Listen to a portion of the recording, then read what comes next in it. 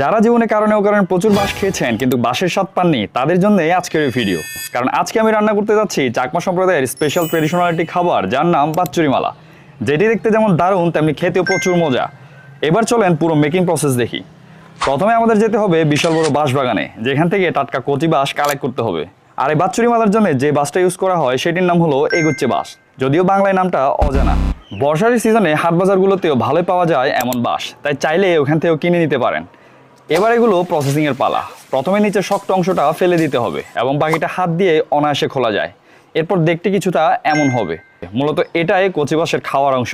দেন এগুলো ভালো মতো লবণ দিয়ে সেদ্ধ করতে হবে, এতে বাঁশের হালকা তেতো ভাব চলে যায়।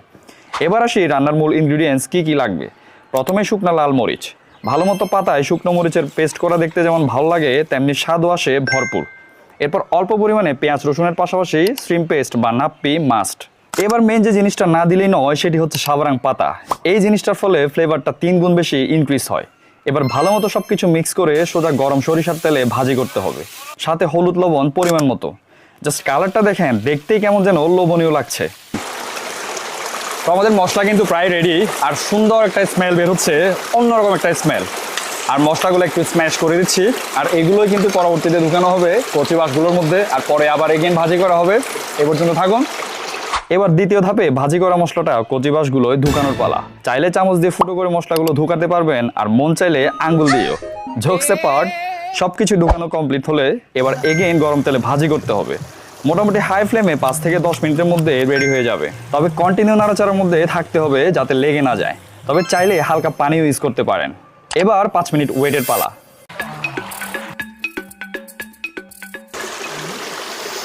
ও ফাইনালি আমাদের এই যে ব্যাম্বো শুট কিন্তু রেডি।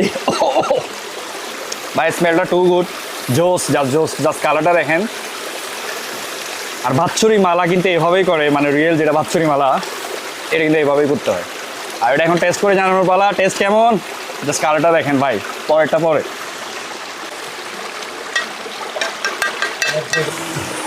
সো এভাবেই কিন্তু আমরা চাকমারা হচ্ছে বাচ্চুরি মালাটা করি। আর কালারটা দেখেন খুবই জোস ভাই, একটু টেস্ট করে দেখি। অনেকক্ষণ ধরে আপনারা তো রেটিংয়ের জন্য ওয়েট করছেন।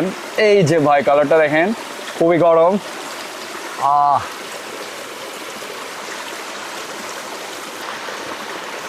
একটা কথাই বলবো, যে খাবে সে হারিয়ে যাবে ভাই।